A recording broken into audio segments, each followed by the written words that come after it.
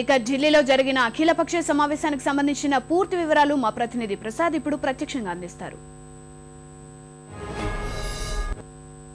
ప్రసాద్ చెప్పండి, తెలంగాణ అంశంపై కేంద్రం నిర్వహించిన అఖిలపక్ష భేటీ సారాంశం ఏంటి? ఈ రోజు ఉదయం 10 గంటలకు నార్త్ బ్లాక్ లో కేంద్ర హోంమంత్రిత్వ శాఖ కార్యాలయంలో ప్రారంభమైనటువంటి ఈ సమావేశం దాదాపు గంటన్నర పాటు కొనసాగింది. ఈ సమావేశంలో రాజకీయ పార్టీల ప్రతినిధులంతా కూడా తమ అభిప్రాయాన్ని తెలియజేశారు. అదేవిధంగా లిఖితపూర్వకంగా కూడా తమకున్నటువంటి సమాచారాన్ని తమకున్నటువంటి అభిప్రాయాన్ని వ్యక్తం చేయడం జరిగింది.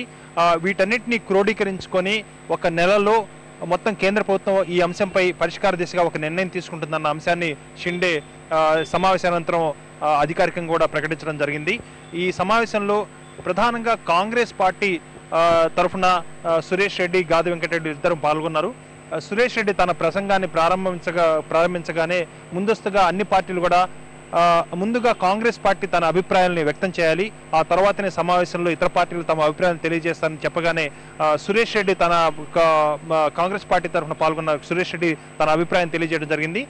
ఈ విషయంపై కాంగ్రెస్ మరింత స్పష్టమైనటువంటి అభిప్రాయాన్ని తెలియజేయాలని చెప్పగానే కేంద్ర హోంమంత్రి, సాక్షాత్ కేంద్ర హోంమంత్రి తెలంగాణకు కాంగ్రెస్ పార్టీ అనుకూలంగా ఉందని చెప్పినట్లుగా సురేష్ రెడ్డి మాట్లాడుతున్నారు. సమావేశానంతరం మొత్తానికి సుశీల్ కుమార్ షిండే ఎప్పుడైతే కాంగ్రెస్ పార్టీ తెలంగాణకు రాష్ట్ర విభజనకు అనుకూలంగా ఉందని ప్రకటించిన తర్వాతనే ఇతర పార్టీలన్నీ మాట్లాడాయి. కాబట్టి ఇతర పార్టీలతో సంబంధం లేకుండా తమ అభిప్రాయాన్ని చాలా స్పష్టం చేశాము.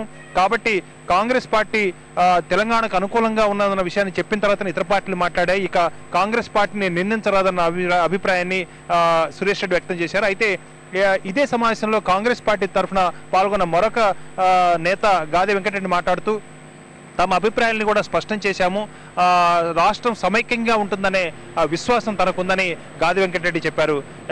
కాంగ్రెస్ పార్టీ తరఫున పాల్గొన్న ఇద్దరు ప్రతినిధుల్లోనే ఇలాంటి భిన్నాభిప్రాయాలు వ్యక్తమయ్యాయి.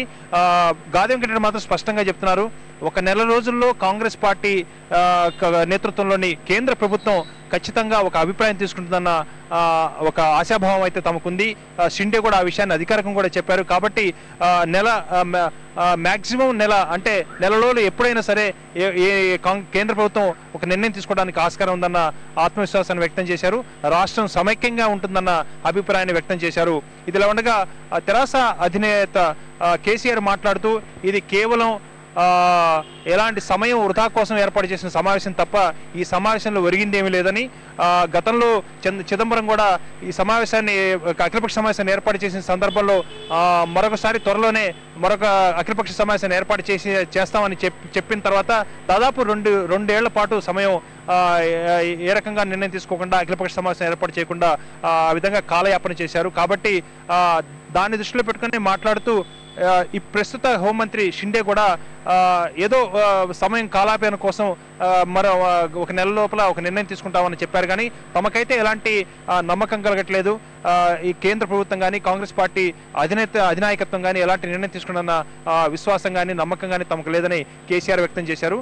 మొత్తానికి ఈ అఖిలపక్ష సమావేశంలో ప్రధానంగా అన్ని పార్టీలు తమ అభిప్రాయాలను లిఖితపూర్వకంగా అందజేశారు, మౌఖికంగా తెలియజేశారు. అన్ని అభిప్రాయాలను క్రోడీకరించుకొని కేంద్ర హోంమంత్రి చేసుకున్నటువంటి ఈ అభిప్రాయాల నమోదు కార్యక్రమాన్ని కూడా పరిశీలించిన తర్వాత వీటన్నిటిని పరిగణలోకి తీసుకొని ఖచ్చితంగా ఒక అభిప్రాయాన్ని వ్యక్తం చేస్తుందనే అభిప్రాయం మాత్రం సర్వత్రా వ్యక్తం అవుతుంది. కేంద్ర ప్రభుత్వం ఈ అఖిలపక్ష సమావేశం ఇదే ఆఖరి సమావేశం చెప్పడానికి కనుక దృష్టిలో పెట్టుకొని చూస్తే ఖచ్చితంగా కేంద్ర ప్రభుత్వం ఏదో ఒక నిర్ణయాన్ని మాత్రం తీసుకోబోతుంది. ఆ నిర్ణయాన్ని నెల రోజుల్లోగా ఎప్పుడైనా కానీ నిర్ణయం తీసుకుని ప్రకటించే ఆస్కారం ఉంది. ఆ మేరకు అమలు చేసేందుకు పూర్తిగా కేంద్ర ప్రభుత్వం సమాయత్తం అవుతున్నట్టుగా మాత్రం స్పష్టమవుతుండగా మనం అర్థం చేసుకోవచ్చు. ధన్యవాదాలు ప్రసాద్, సమాచారం అందించినందుకు.